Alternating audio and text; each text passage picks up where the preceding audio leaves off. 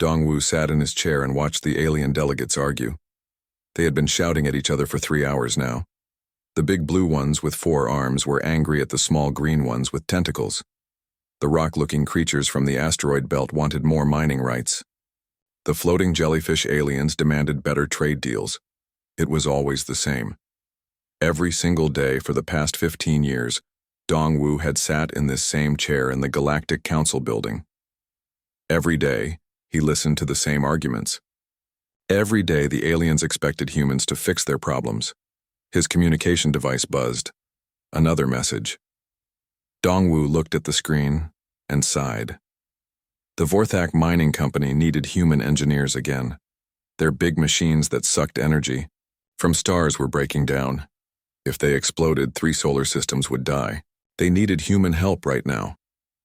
Dongwu pressed a button and sent the message to Earth. Within an hour, a team of human engineers would be on a ship heading to Vorthak space. They always said yes. Humans always helped. Hana walked over to him, with her tablet in her hands. She looked tired. Hana always looked tired these days. As the chief human diplomatic attaché, she got all the worst problems first. "What is it this time?" Dongwu asked. "The Zelani Trade Federation," Hana said. "They want us to solve their trade war with the Corvin system. It has been going on for 47 years. 47 years? Dongwu shook his head.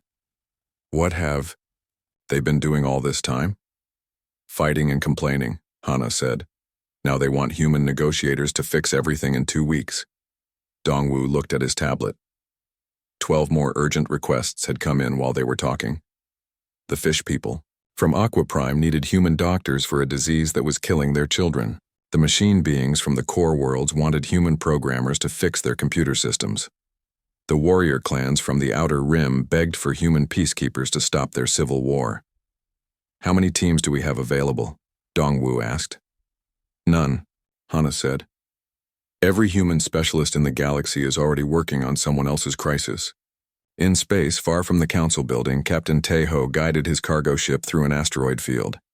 His ship was old and beat up, but it was fast. Speed mattered when you were carrying medical supplies to dying worlds. Bora, his chief medical officer, worked in the ship's lab. She had not slept in 36 hours. Her hands shook as she mixed chemicals to make medicine for the Kethmori plague. The aliens had tried to make the medicine themselves, but they could not figure out how. Only human doctors understood the complex chemistry needed to save Kethmori lives. How much longer? Taeho asked over the ship's radio. 6 hours, Bora said without looking up from her work. Maybe 8 if I want to get it right. The planet's government says they have maybe 10 hours before the plague spreads to their capital city. Then I better work faster. Taeho looked out at the stars.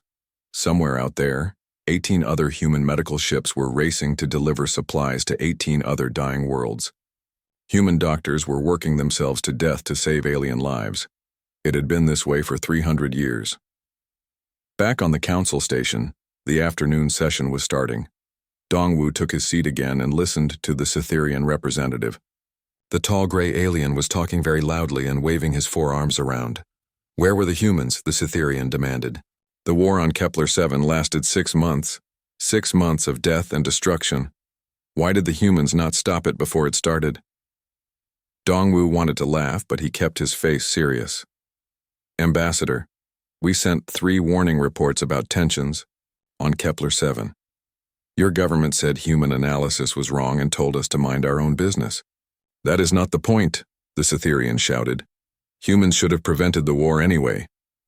The Kalani ambassador, a creature that looked like a walking tree, stood up next. I agree with my Cytherian colleague. Humans failed to stop the genocide. On Chelani Prime, millions of my people died because human peacekeepers were too slow to respond. Dongwu checked his records. Ambassador, the genocide on Kalani Prime happened on the far side of the galaxy. At the same time, human peacekeepers were stopping 3 other wars and responding to 2 natural disasters. We sent help as soon as we could. Not good enough, the Kalani said. Human responsibility is to protect all worlds at all times. More aliens stood up to complain. The Rift Collective was angry, because humans had saved the Corvin system first when multiple crises happened at the same time. The Deep Space Union wanted to know why human exploration teams had not found the asteroid that hit their colony world. The Crystal Federation blamed humans for not predicting their economic collapse. Dongwu listened to them all. 300 years of this. 300 years of humans solving every problem, preventing every war, curing every disease, and fixing every mistake that alien civilizations made, and still it was never enough. When the session ended, Hana was waiting for him outside the council chamber. She held her tablet, and her face was pale. "What now?" Dongwu asked. "I got the reports from our people in the field," she said. "Lieutenant, Park died yesterday trying to stop a civil war on Drex Prime. Dr. Kim worked herself into a hospital bed fixing the atmosphere on Talani 4. Captain Lee lost his entire crew when their peacekeeping ship was destroyed protecting a trade convoy." Dongwu felt something cold in his stomach. "How many this month?" 43 humans dead, 216 injured, all trying to solve problems for people who blame us when we cannot be everywhere at once. That night, Dongwu stood in his quarters looking out at the stars. Earth was somewhere out there, far away but still home. He thought about his daughter, who was now old enough to join the human diplomatic service. Did he want her to spend her life like this? Sitting in meeting rooms while aliens yelled at her? Watching her people die for creatures who would never be grateful? He made a call to Earth. It was time for a conversation that was 300 years overdue. The call went through to the Human Assembly building in Geneva. Secretary General Kyung-min answered personally.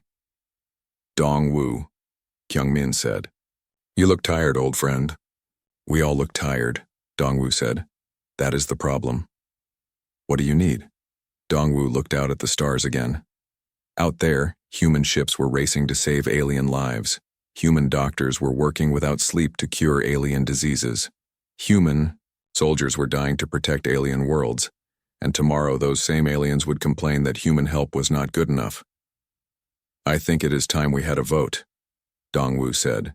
The Human Assembly building had never been so full. Every screen in the Great Hall showed the face of a human representative.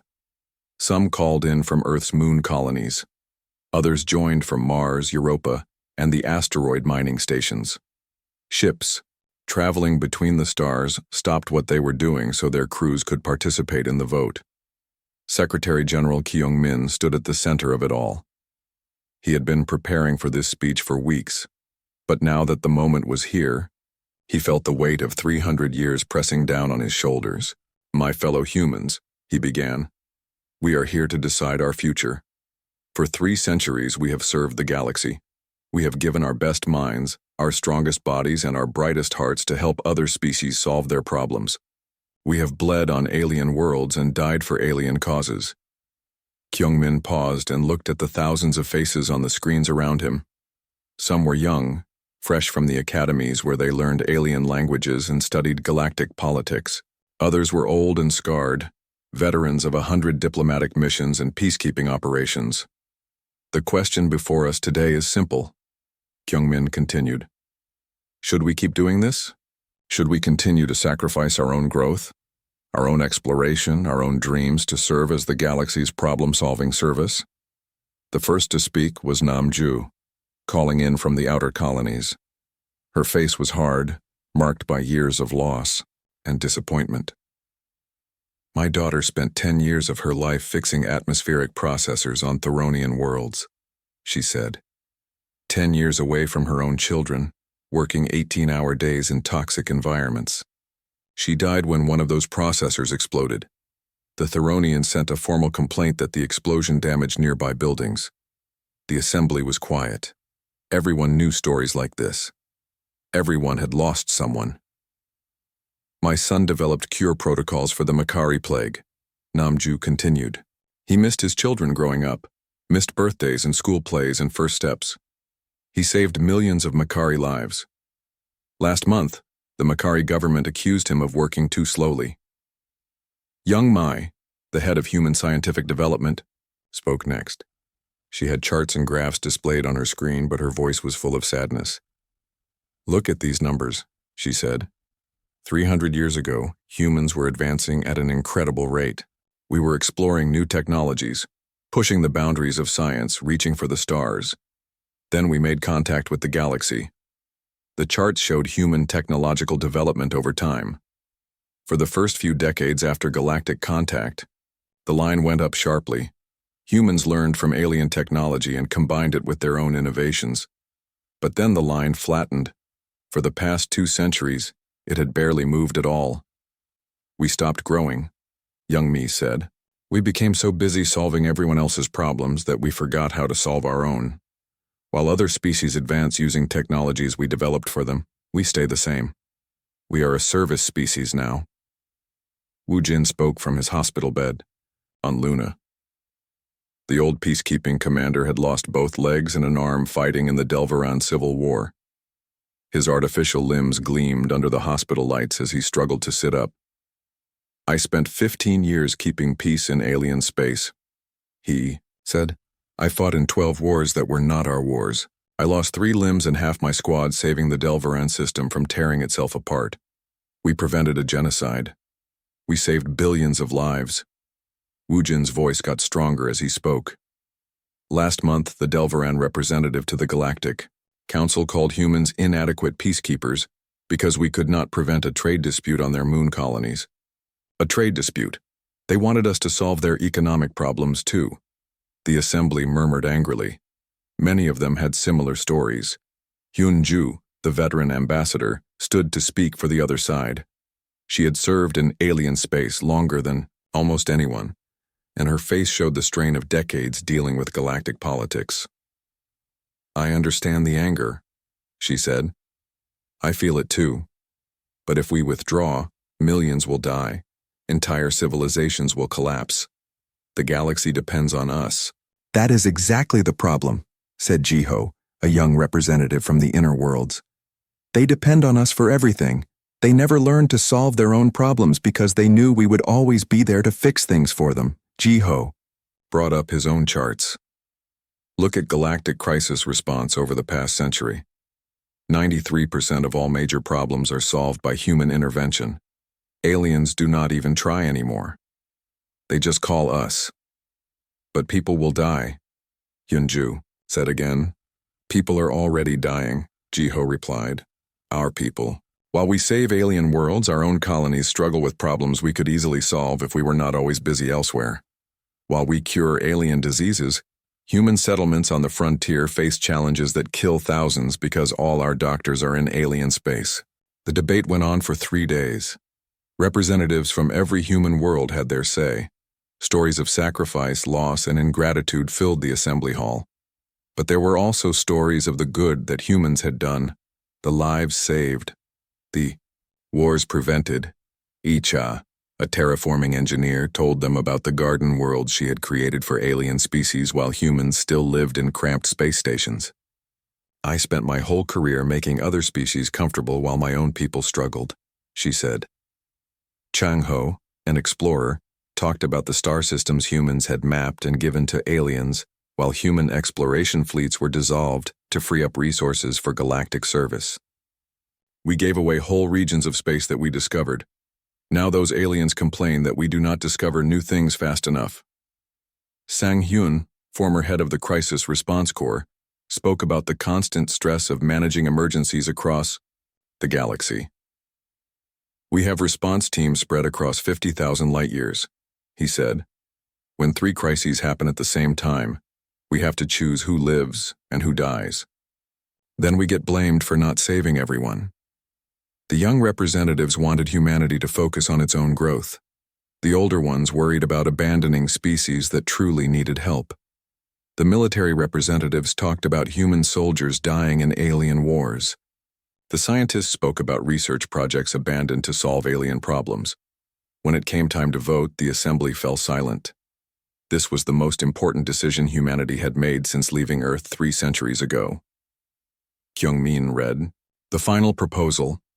Should humanity withdraw from all non-essential galactic commitments and focus on our own development and exploration?" The votes came in slowly. Each representative had to choose between 300 years of tradition and the possibility of a different future.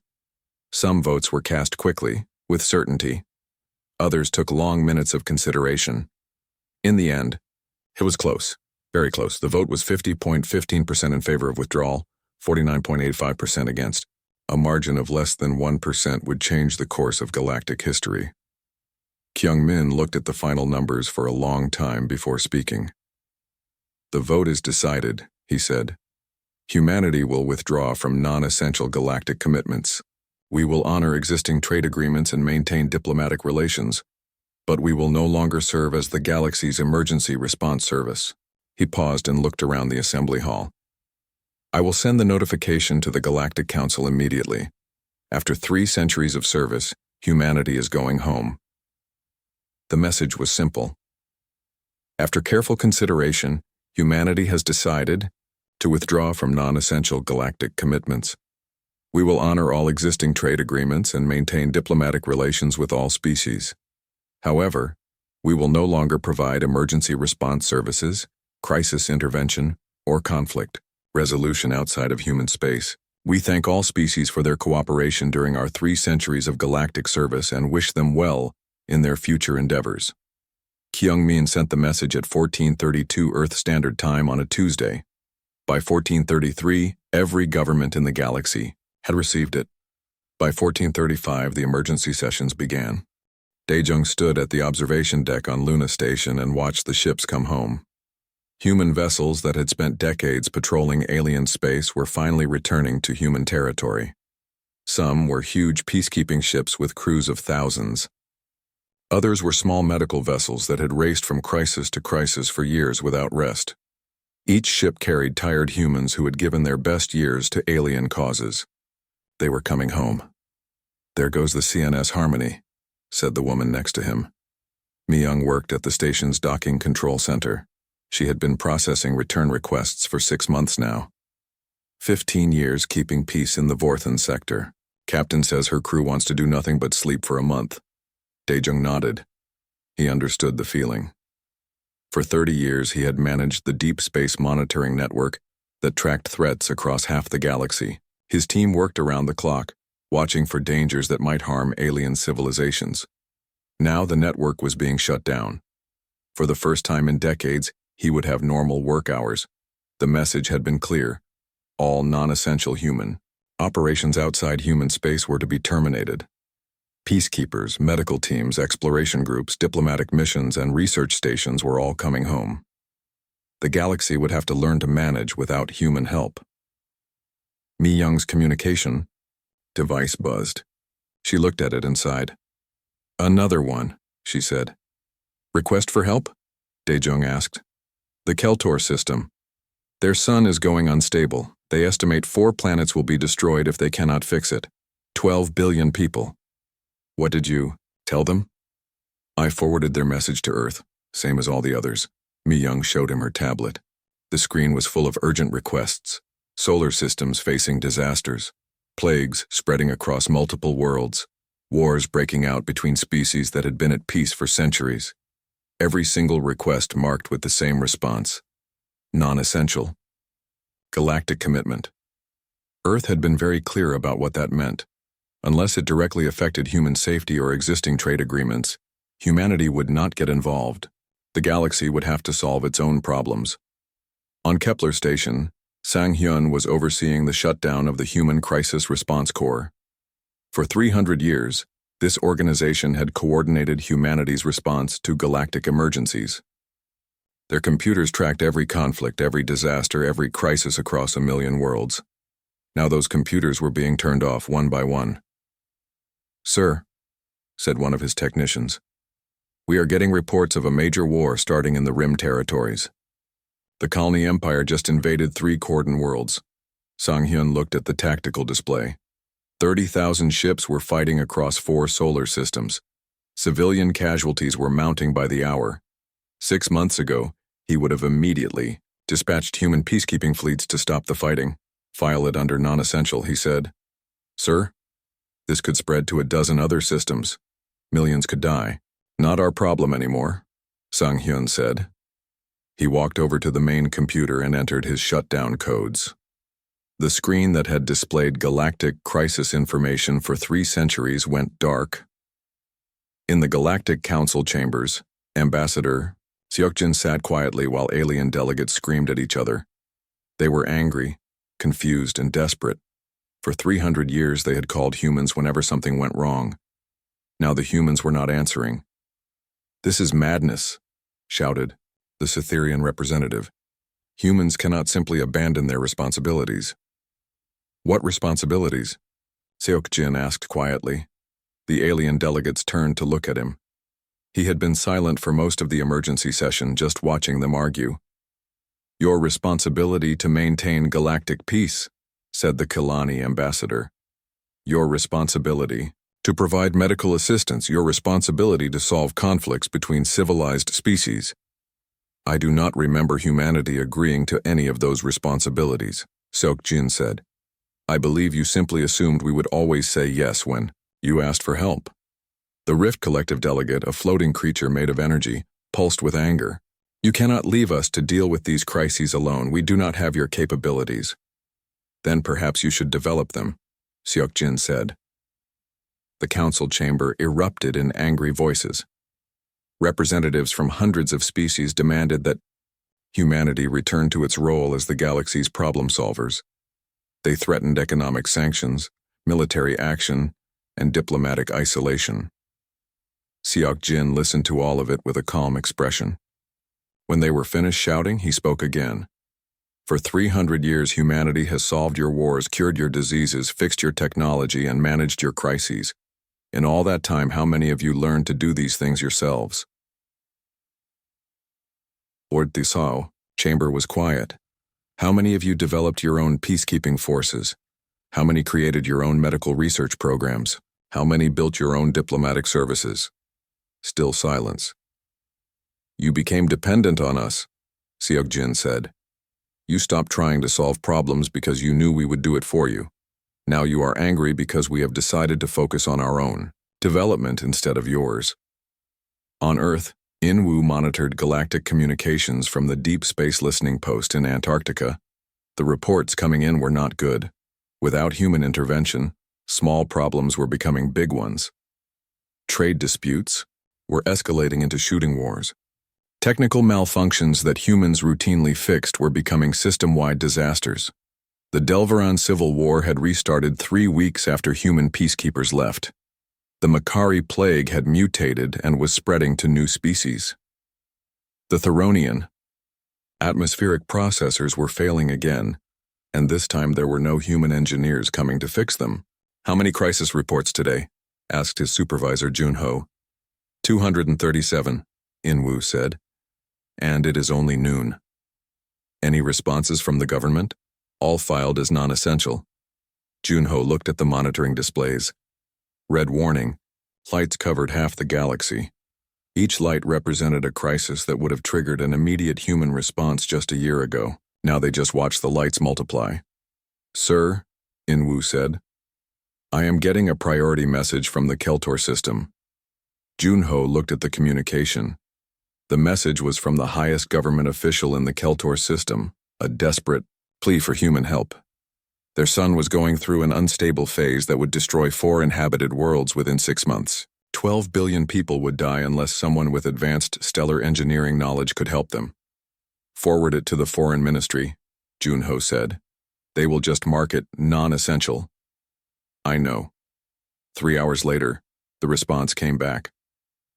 "Non-essential galactic commitment. No action authorized." Inwu stared at the message.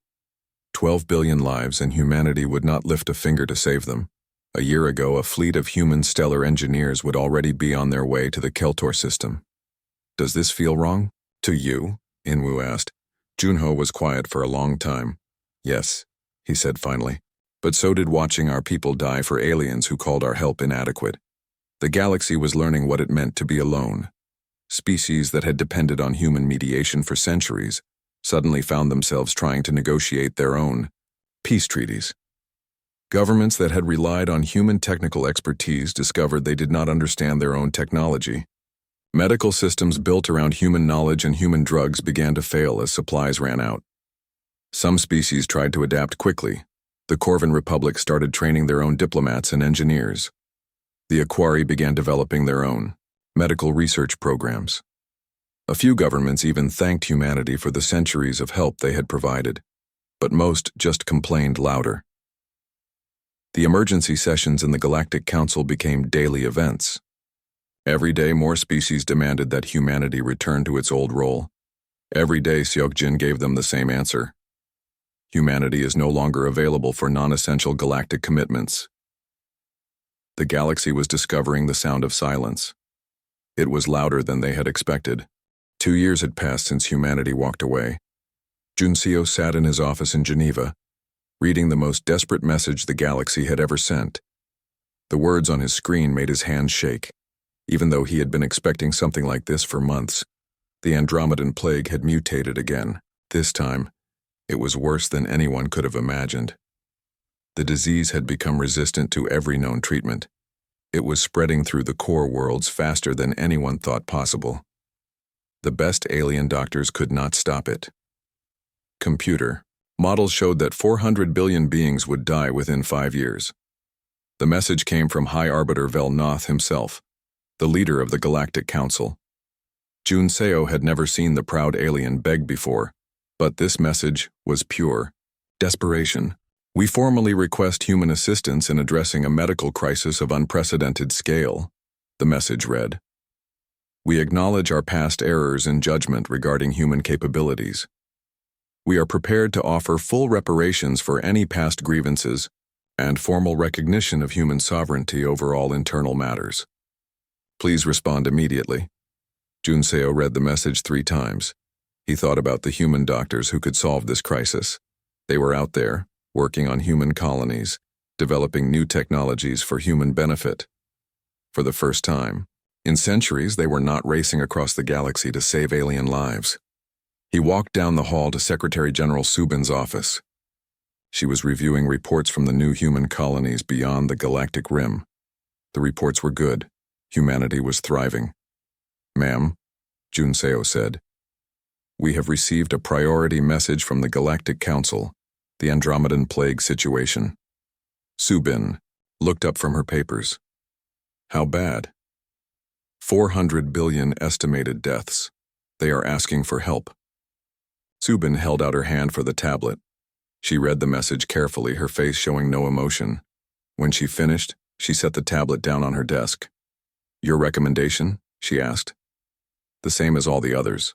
File it as non-essential. Do it. Junseo took the tablet back. Yes, ma'am. And Junseo, stop bringing me these requests. I trust your judgment. If it is not about human security or existing trade agreements, just file it away. The away file was now enormous. 2 years of galactic crises, all marked as non-essential. Wars that consumed entire sectors. Technology failures that doomed civilizations. Environmental disasters that rendered worlds uninhabitable. Disease outbreaks that killed billions. Each one filed away and forgotten. Meanwhile, humanity was growing stronger than ever. Chang Ho commanded the first human deep space exploration mission in 3 centuries. His fleet had pushed beyond the galactic rim, discovering new star systems and making contact with unknown species. His reports were exciting. 7 new habitable worlds. 3 alien civilizations that had never heard of the Galactic Council. Resources that could support human expansion for thousands of years. Today we made first contact with the Genti Collective, Chang Ho reported. They are a peaceful species with advanced biotechnology. They are very interested in trade agreements and cultural exchange. No crisis situations. No requests for emergency assistance. They want to talk about mutual cooperation. HFY was leading the Terra Nova terraforming project, humanity's first garden world in 400 years. The planet was beautiful, with blue oceans and green continents. Humans had not built something like this since before galactic contact. They had been too busy fixing alien worlds to build their own. The atmospheric processors are working perfectly, HFY reported. We will have breathable air across the entire planet within 2 years. The first colonist can begin moving in next year. Gunwoo headed the Human Technology Development Center. Without the constant need to solve alien problems, Human scientists were making incredible advances. Quantum engineering, biological enhancement, consciousness transfer technology, faster-than-light communication systems. Humanity was becoming more advanced than any known species. We are centuries ahead of galactic standard technology now, Gunwu reported. Our new ships can cross the galaxy in weeks instead of months. Our medical technology can cure diseases that would have been impossible just 5 years ago. Our manufacturing systems can build anything we can imagine. While humanity grew stronger, the galaxy grew weaker. The Rim Wars had spread to 14 star systems. Without human peacekeepers to contain the fighting, old conflicts were exploding into massive wars. Species that had been at peace for centuries were remembering ancient grudges. The death toll was in the trillions. The core worlds were failing, as the plague spread unchecked. Entire planets were being evacuated as their populations died. The best alien doctors were helpless against a disease that mutated faster than they could study it. The Galactic Council was sending increasingly desperate delegations to human space. Yanwu met with each one in the same sterile conference room on Luna. The conversations were always the same. Today's visitor was Ambassador Zethai of the Collective. The crystalline alien's form flickered with desperation and fear. "Please," she begged. "The Rim Wars have consumed my homeworld.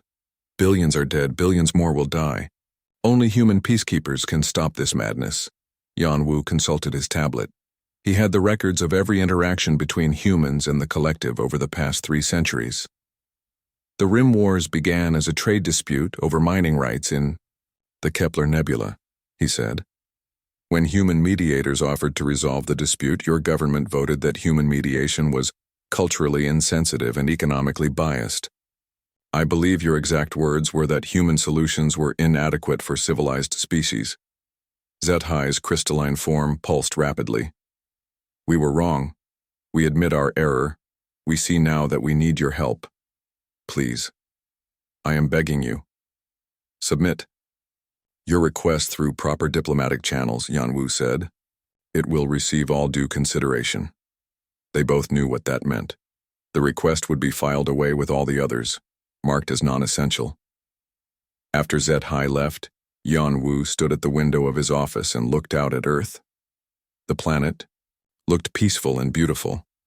Human ships came and went from the orbital stations, carrying supplies to new colonies and bringing back reports of discoveries beyond the rim. His communication device chimed. Another delegation wanted to meet with him. This time it was the Theronian Republic. Their atmospheric processors had failed completely, and 3 of their worlds were becoming uninhabitable. They needed human engineers to save their populations.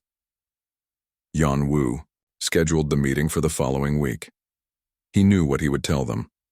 The Theronians had spent decades complaining that human engineers worked too slowly and charged too much for their services.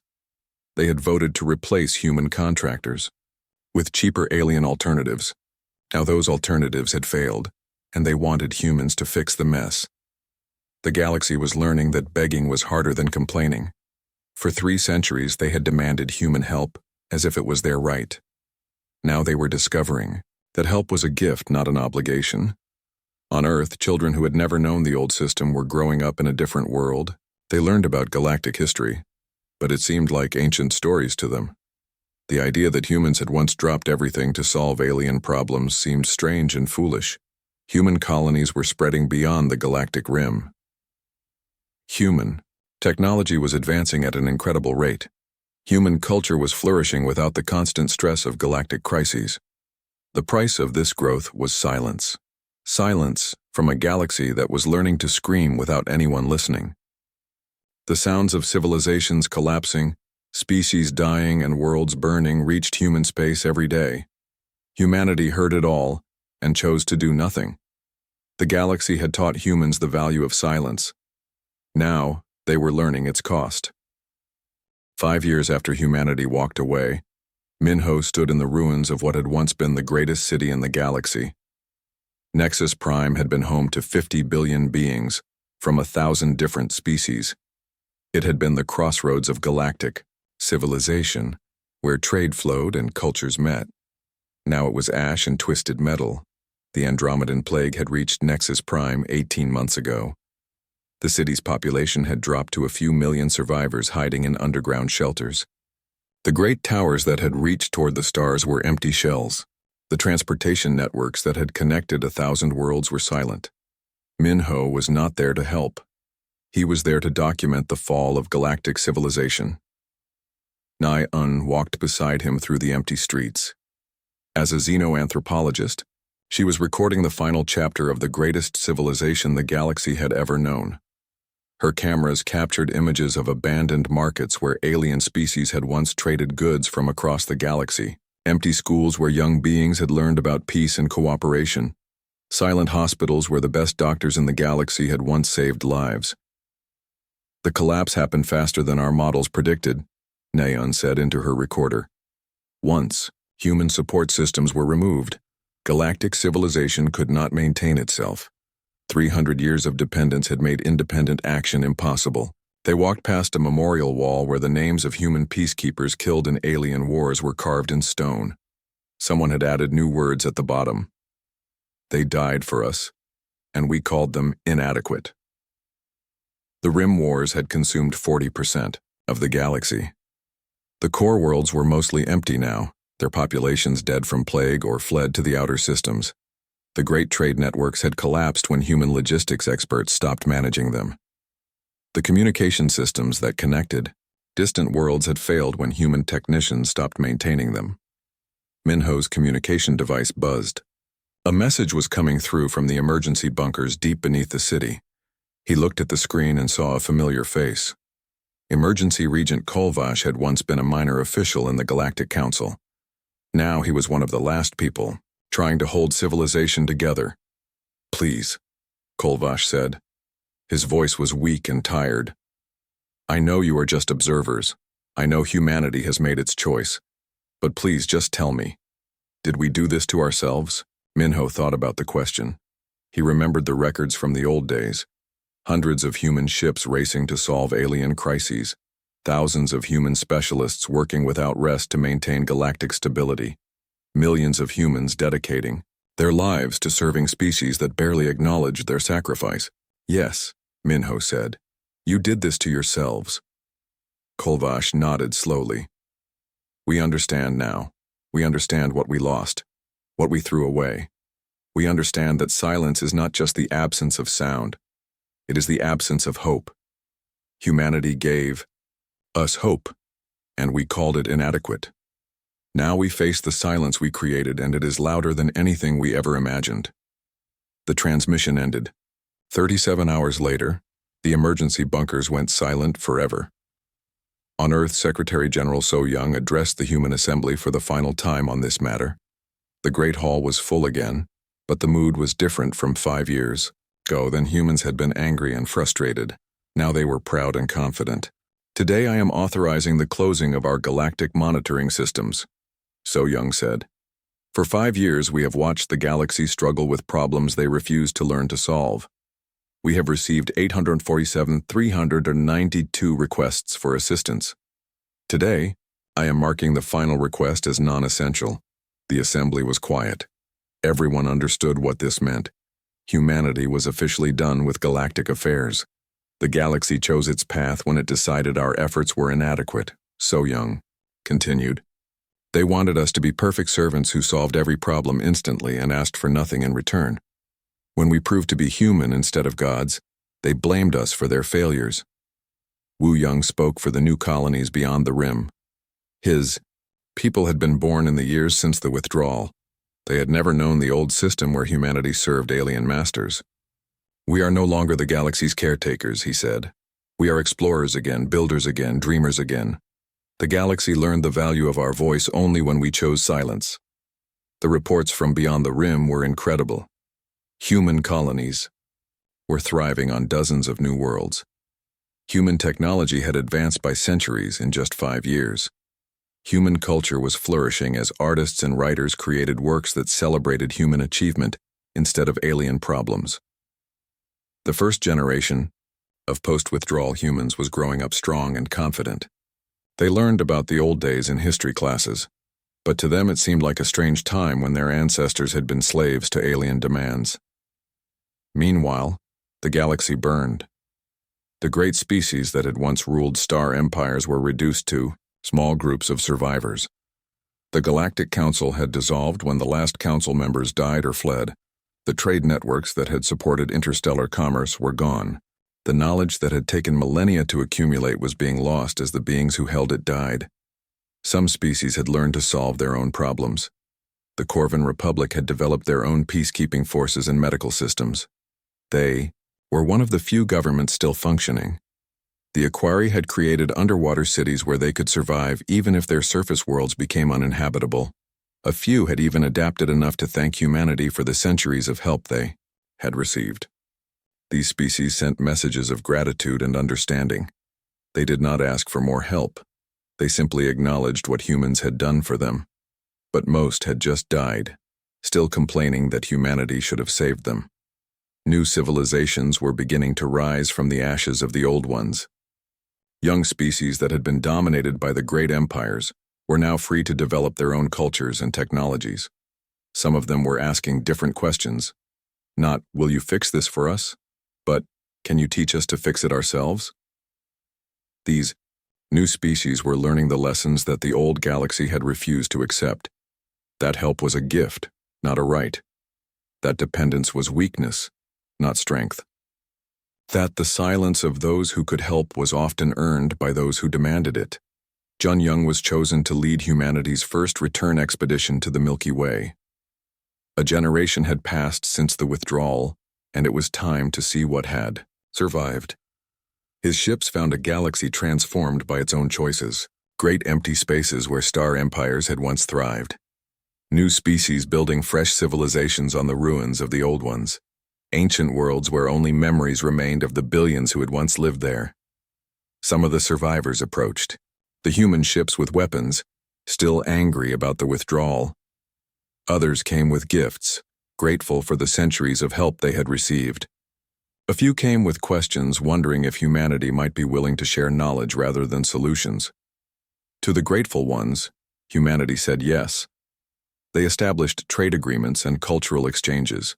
They shared technology and knowledge, freely with species that had learned to value what they received.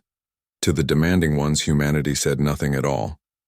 The galaxy had learned the value of silence. Now it would learn the value of earning back the right to speak.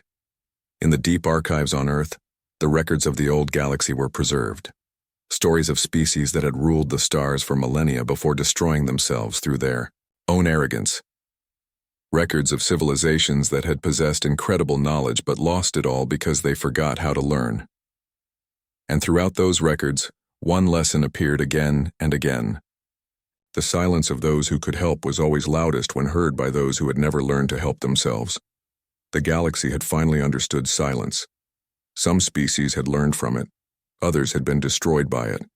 Humanity had walked away, and in that walking had taught the universe the most important lesson of all. That help freely given could be freely withdrawn. That those who demanded miracles often received silence instead. The galaxy would remember this lesson for as long as any of its children survived among the stars.